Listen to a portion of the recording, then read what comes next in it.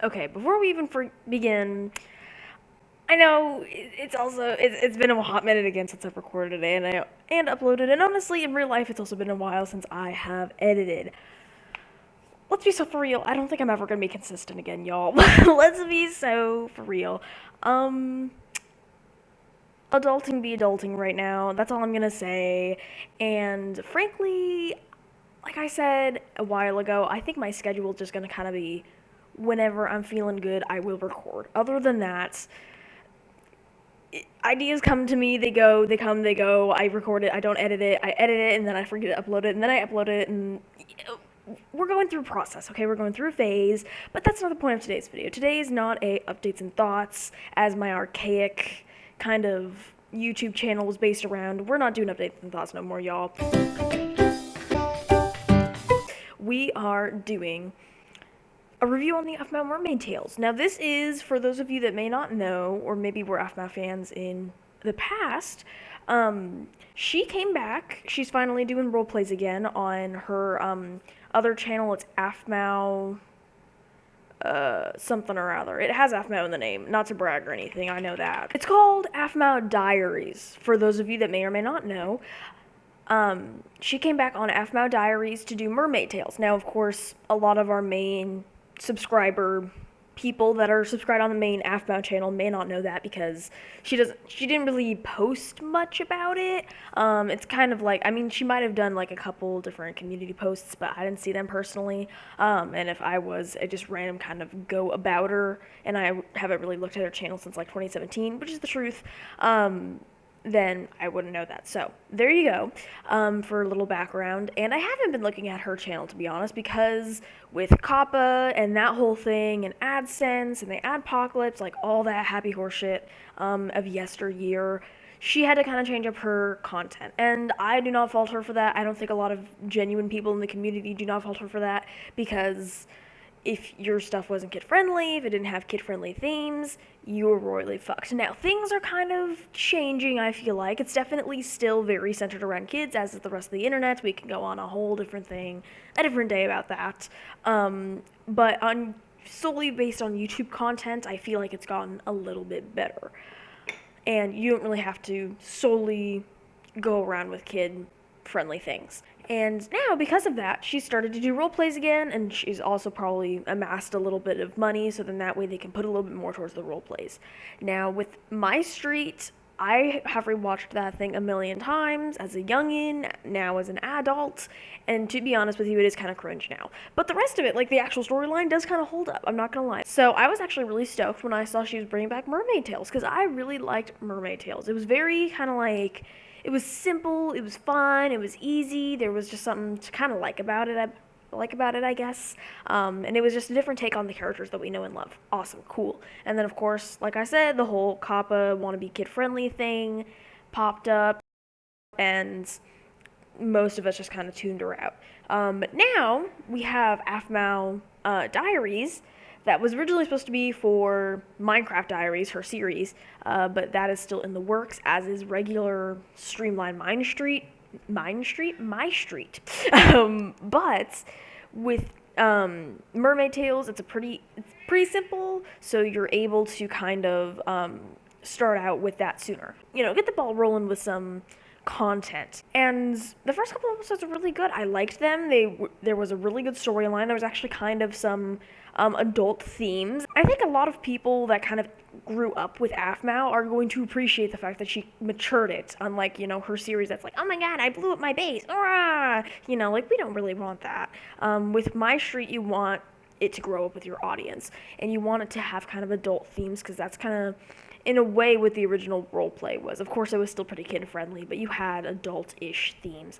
Like, literally, your eyes are rolling in the back of your head, you can't see, your eyes turn black because of the moon, because of this, because of that. Like, that's a pretty adult theme, to have a whole civilization die because of a goddamn mermaid, okay? Like, I mean, it's not the most adult of themes that you can have, but it's Minecraft adult, we'll say that.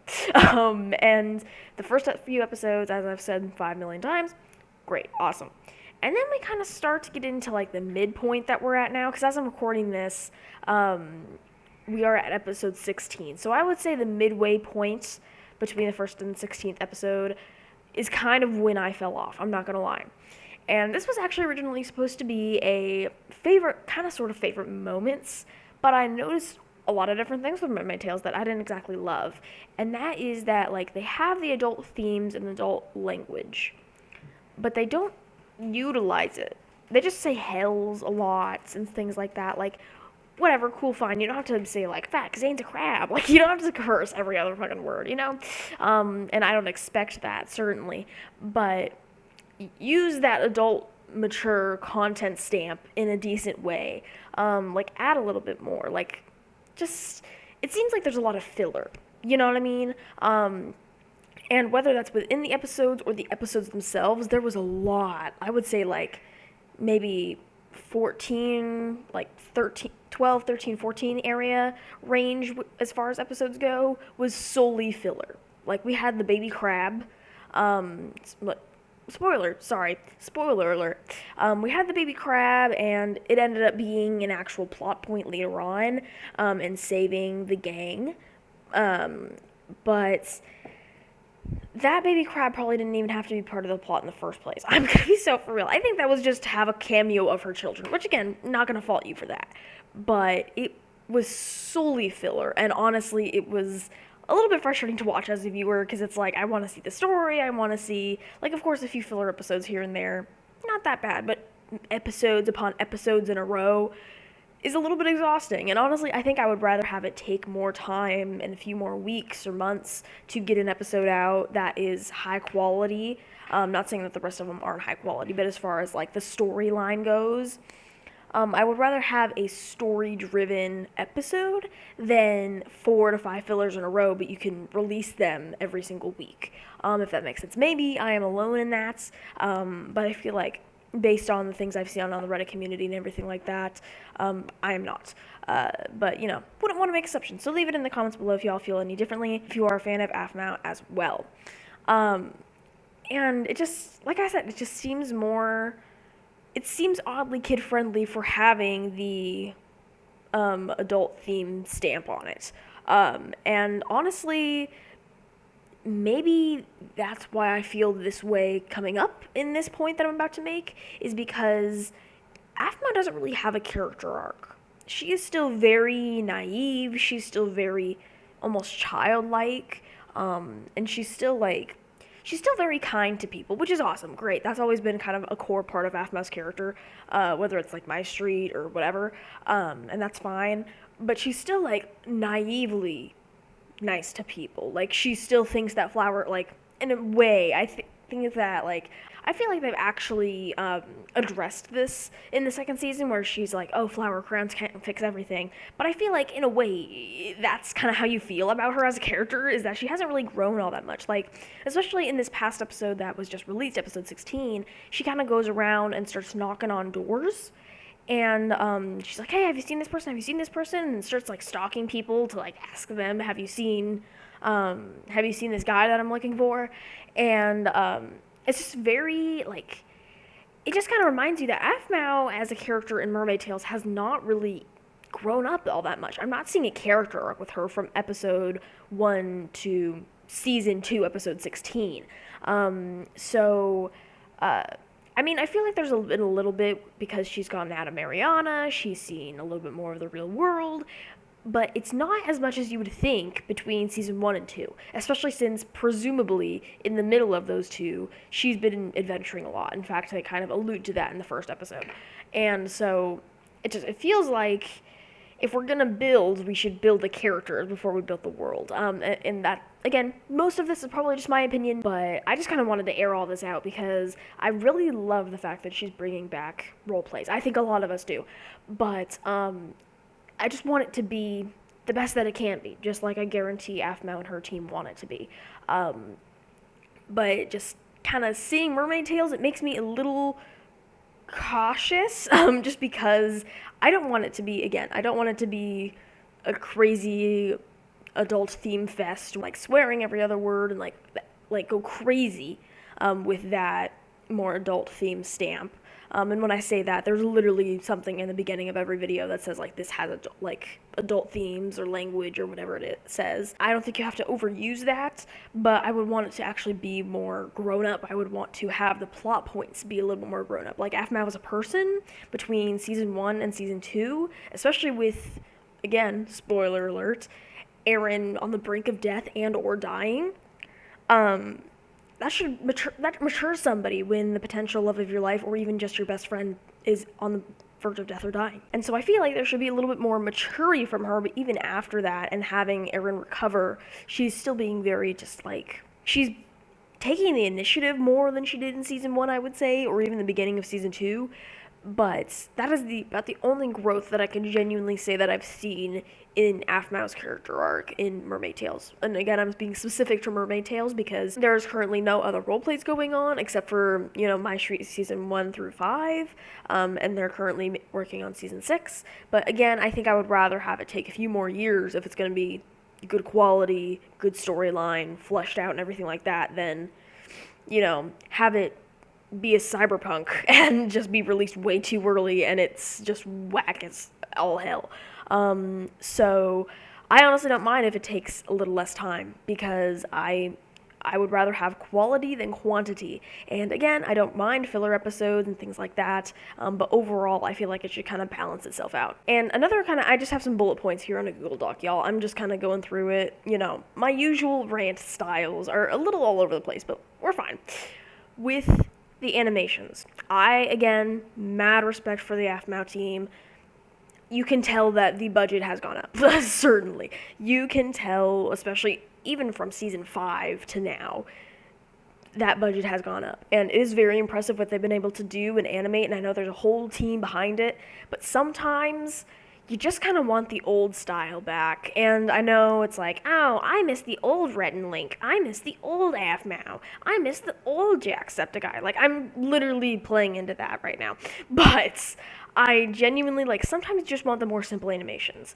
Like, Minecraft roleplays started out simple. They started out just, me and my friends are playing a game, and we're just gonna roleplay and see where it goes. And in Aphmau's case, and a lot of other YouTubers of the time, it went further, and it even propelled them into different careers.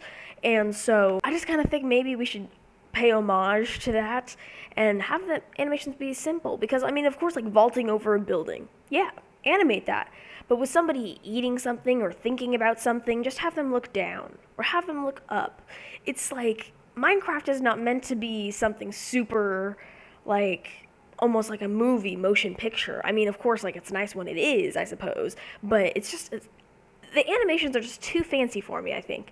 And, again, I might be completely alone in that, I don't know, but I think it's just over-animated. And that's another thing about the frequencies episodes, is if you obviously have less animation, that's less time going into that episode, more episodes you can release. Something like the jumping animation. We don't need a whole animation for jumping. Minecraft already has, quote-unquote, has that. They have the legs separate when you jump. I don't need animations for things that Minecraft characters do. You know what I mean? And I feel like that definitely is kind of holding the series back for me personally, is that it's just so overcomplicated in the wrong areas, I think. Because you have the fancy animations and everything like that, but like I said earlier, Aphmau doesn't really have much of a character arc. And with Eren, you see a little bit of a character arc. He kind of gets a little bit more softy with Aphmau and everything like that. There's no sign of them being romantically involved in this series. It's certainly there, but it's not they are dating now. They have they might have a small crush on each other, but it's not focused on their storyline, which I actually kind of like in the series, because you don't need another Aphmau Eren love story. We had that in My Street, and we will continue to have that hopefully in season 6 when we kind of see if Eren can get his memory back and stuff like that. But this is not a season 6 predictions. But you don't see a lot of progression individually. All together, I feel like they get along a lot better than they did in season 2. In season 1. But I would hope that they would be getting along better in season 2, because again, presumably they've been on all these adventures together. Of course they're going to get along a bit better. And I feel like Zane's matured a little bit, but the overall, you don't see a huge difference. Usually within season 1 and 2, there's a decent jump between the character that you'd met and then the character that you know now. But I don't really see that in any of the Aphmau characters, unfortunately. And one of my biggest bullet points was too many fillers. I've already gone over that, but there was just too many filler episodes. And again, I know that there's plenty of people that are the complete opposite spectrum of me, where they want quantity over quality. They would rather have the fun filler episodes that just don't add much to the main story, that are just kind of there to go bop, bop, bop in your face. But the filler episodes are not my favorite. And honestly, the small hermit crab that was voiced by her daughter, great, adorable, I love it. But it was just too much for me. There was literally 3 episodes with that goddamn hermit crab, and I got tired of it after the 1.5 episodes of seeing this hermit crab. Because I mean, now I know that it had a little bit of the hermit crab had a little bit of plot convenience, because they were able to get the ship over to Aaron and help him out when he was about ready to die. But overall, I feel like, I don't know, I didn't need 3.5, 4 episodes of hermit crab filler. I'm sorry, I just didn't. Even though it might not be kid friendly, the way of the internet right now, unfortunately, is that you just kind of have to keep go, grab attention, upload this, upload that, ooh, shiny sound effect, boom, boom, boom, PNGs all over the screen, you need to keep somebody's attention. So I guess maybe that is why they're doing a lot of fillers, just to make sure people are still on the series, which I think is another very unfortunate thing, which I don't think Aphmau and team can control, is that these episodes of Mermaid Tales are pretty low in views, and that is definitely unfortunate, because I think they're putting a lot of work and effort into these. So if you weren't aware of it already, like I said at the beginning, here is your awareness video. Just looking solely at the statistics, because I actually kind of find this interesting, just because a lot of folks said that because of the viewership, My Street died, which I think is definitely part of it, and took so long to, get to where we are now, where things are starting to get back into production. And of course, COVID kind of killed it a lot, and like I said, COPPA. So there was a lot of different factors for the lack of role plays in the recent years. However, let me see. Even 5 months ago, 500,000 views. 3 months ago, 300 and something views. So it kind of hovers around 500, 300K. Which, if y'all remember back to 2017, 2018, even 2019, Aphmau's channel was getting at least 1 to 2 million views, if not more, especially during the finales and things like that. So it is a little sad that there's not more eyes on these, because I know they're putting in a lot of work, no matter how many criticisms I have of it. I do still really want this series to succeed, so that way they can finish My Street and Minecraft Diaries if we can get it, and everything like that. Because, again, as much as I have criticism and everything like that, the story is actually very interesting. And I think I kind of touched on it a little bit earlier, but I'll touch on it more here. The story, again, spoilers, is that basically a siren, an unknown siren, is siren calling essentially to kill people for unknown reasons. Their eyes, like I said earlier, go black, roll in the head, they are dead, and it's only happening at night. And in actually the first little bit of the first season, as well as the second season, we met this gentleman, and he is a potential co-conspirator in killing all these people and possessing them in a way. And there's the Realm Breaker, which we know as the Realm Breaker. I can't quite remember what they call, the soul something or rather in the series, but we know it as the Realm Breaker. They have a person in a white wolf mask following them around everywhere, potentially hunting them, but they actually save Aaron. So that's an interesting plot point. It's just very, it's very folklore-y, something that you would definitely find in Nordic folklore about the sirens and dying and everything like that. But she also kind of mixes in her plot point with the White Wolf and potential of a multiverse thing, because when we actually get a chase scene with the wolf and another gentleman, y'all, my short-term memory loss is awful. Plus, like I said, these episodes come out very periodically, so I kind of already forgot most of them. So we have a chase scene with this gentleman and the white wolf mask, and it's almost like he is trying to save Eren, and I feel like there's like a little bit of a voice in his head that says like, "Oh, save Eren," whatever, and that kind of alludes to the fact that White Wolf Mask is actually a friend rather than a foe. The White Wolf is known in this universe, or at least known to a certain person that kidnaps Aphmau, but we don't really know the identity of the White Wolf Mask right now, and we don't really know a lot of factors, which is something that they also do really well. Even though I complain about a lot of filler episodes, they do keep you hooked. Like, you want the next episode to come out immediately, because they end it like, "Oh, so-and-so's dead. What are we gonna do? Dun dun dun." Like, I'm very classic cliffhangers, and they are done incredibly well, even though it makes me so angry that then they follow it up with a filler episode. But, I mean, I think that just goes to show that Aphmau definitely hasn't lost her touch by any means. There's still the suspense, there's still the emotion, there's still something there. But I will say again, the filler episodes do dilute some of that. But we will see how Aphmau Diaries goes, and depending on how long this video is, I might just tack some of my favorite moments from the first, I think I went up to maybe 5 or so episodes, 6 or so episodes.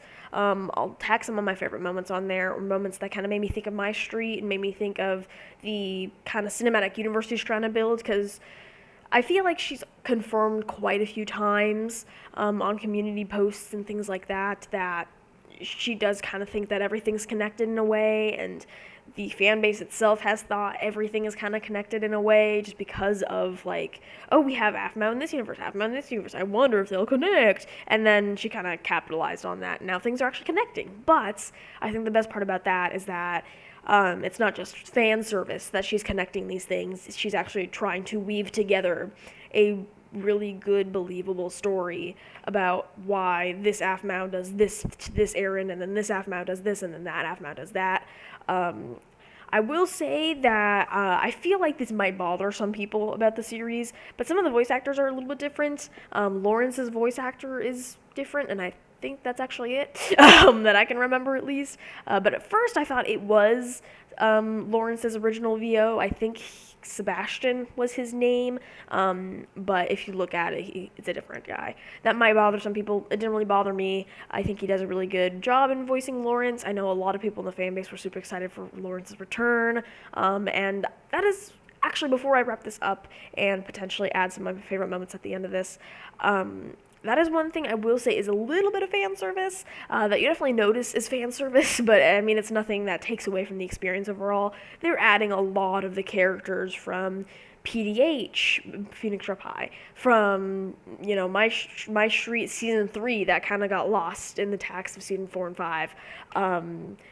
So they definitely add a few, like Dottie and Ryland and that kind of trio, Blaze. They added them into the series for no reason yet. Again, I'm recording this as episode 16, just recently came out, so maybe they will actually come into play, and all the demons are coming together and doing their pirate thing, so it's definitely a little bit of fan service there, but it's not, like, unbearable. I don't think that's necessarily a complaint. It's just kind of an observation, and that was kind of what I was hoping would be the quote-unquote adult themes of Mermaid Tales, is kind of what they did with the Inner Demons.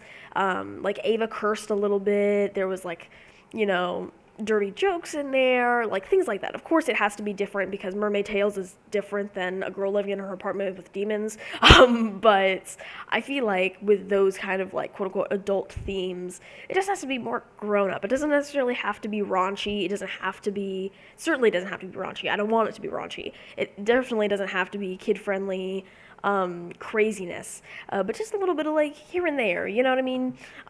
So I hope all of this eventually accumulated to something that makes sense for everybody, and as long as Mermaid Tales keeps going, maybe I can keep going with some of my favorite moments and or kind of recapping the series and seeing at the end if I still feel the same way now. And as far as I know, that's Mermaid Tales isn't going away anytime soon. We're only in episode 16. Usually her series goes a little bit longer than that, like 25, 30 episodes. But anyway, y'all, I hope you enjoyed this video. If you did, do make sure to leave a like, a comment, and subscribe to join us here at the channel. I will see you all in the next one.